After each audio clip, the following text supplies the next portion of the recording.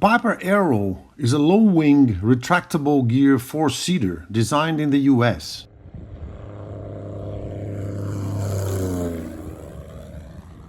The original Arrow was introduced in 1967 and was basically a Piper Cherokee with retractable gear and a constant-speed prop. The engine was a 180 horses injected Lycoming.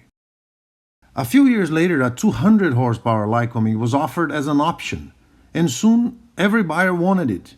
So the 180 version was eventually cancelled and the 200 horsepower version became the norm. In 1972, Piper stretched the Arrow's fuselage to provide more legroom for the backseat passengers. With that, longer wings and a widened stabilator were also added. The result was called the Piper Arrow II, which is the subject of this report. The unit we flew is actually an Embraer 711C, the Brazilian version of the Arrow II, built under license in Brazil in 1976. It's identical to the original, except for the logo in the center of the yoke. The Arrow II still retains the Hershey's bar wing, inherited from the original Cherokee, albeit with longer span. Piper introduced an even longer, tapered wing in 1977 and called it the Arrow III, but that's a subject for a different video. Although not particularly elegant, the Hershey's bar wing is quite efficient, and the Arrow II is actually listed by Piper as being a few knots faster than the Arrow III under similar conditions. The airplane is 24 feet 3 inches long, and it has a 30-foot wingspan. The engine is a Lycoming IO360 angled valve, developing 200 horsepower, with a Herzog constant speed prop bolted to it. The gear is retractable and it's as reliable as it gets for this class of aircraft.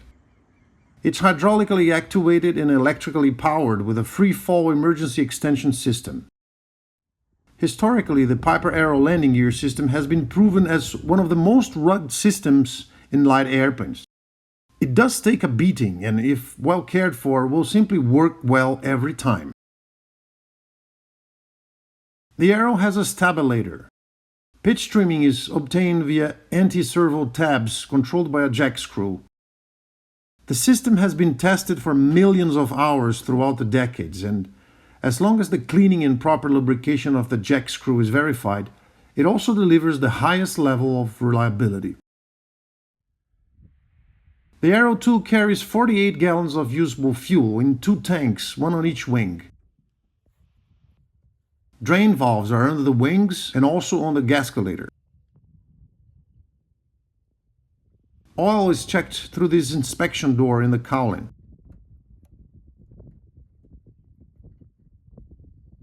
The baggage compartment is accessible from the outside and it has a 200-pound limitation. Okay, let's have a look inside.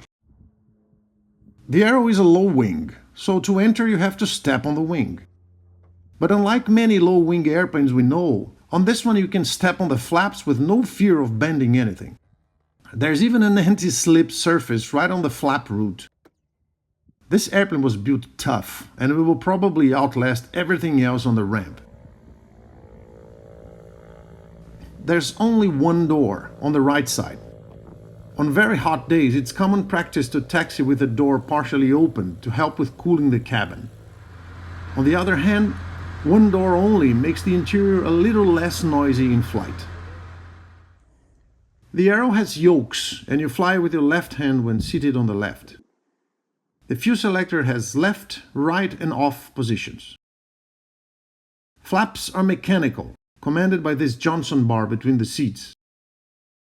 The unit tested is equipped with electric pitch trim, and mechanical rudder trimming is obtained through this knob.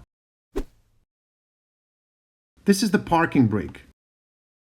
This lever controls the gear, and these 3 green lights indicate they're down and locked. Be sure to leave the lights in full bright during the day to make it easier to see their glow. Between the seats, there's this little red lever, which commands the emergency gear extension system. When activated, it releases the hydraulic system pressure to the gears, and the three legs free fall to the down position. It's a very common system used in many airplane designs. The Boeing 737, for example, has a similar system. There's plenty of room for front seat occupants. In the back, tall people may rub their heads on the roof a little, so a little slouching might be needed. Okay then. Clear prop!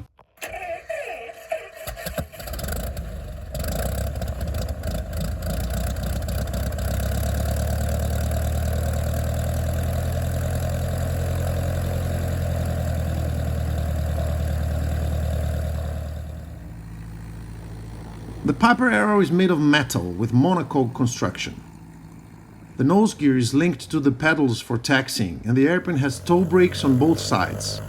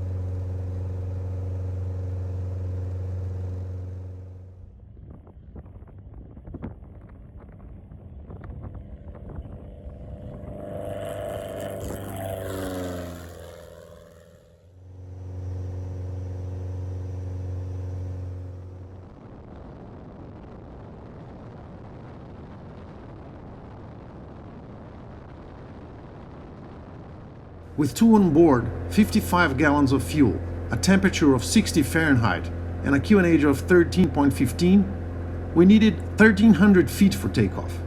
Wind was negligible. For climb, we set 2450 RPMs and 23 inches of manifold pressure, and saw between 600 and 800 feet per minute, maintaining an INS of 90 miles per hour.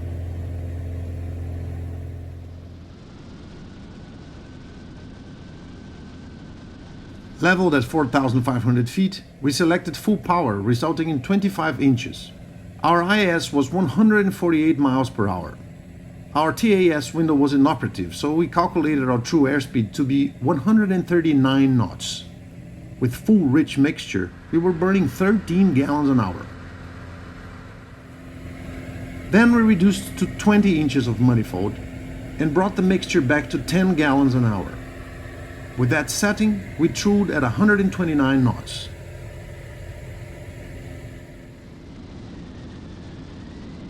The Piper Arrow 2 is as tame as a Cherokee because it is one.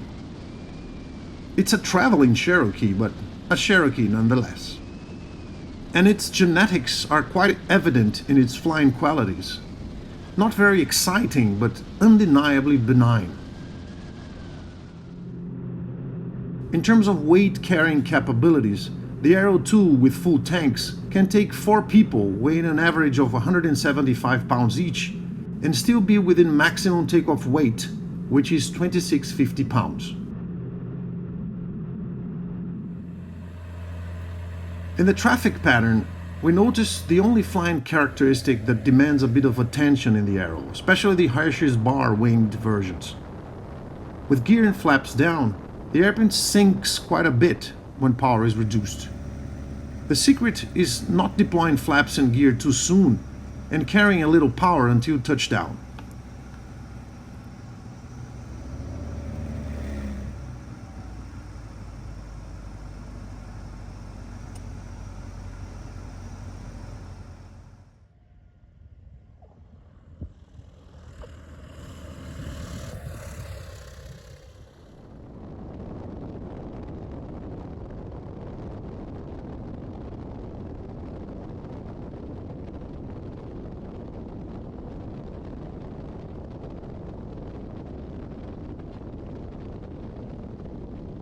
The Aero 2 is as tame as a primary trainer, is comfortable enough for flying the family, flies at 130 knots burning not much fuel, and is very pleasant to operate. The retractable gear is a special treat on an airplane like this. Today, with more modern designs equipped with much stronger engines, the mechanical complexity involved in retracting the landing gear is not always worth it. But there's a certain mystique in retracting the landing gear on an airplane built for cross-country flying. The positive rate gear up is almost like a rite of passage. Hiding the wheels away from the wind while cruising to the destination seems appropriate.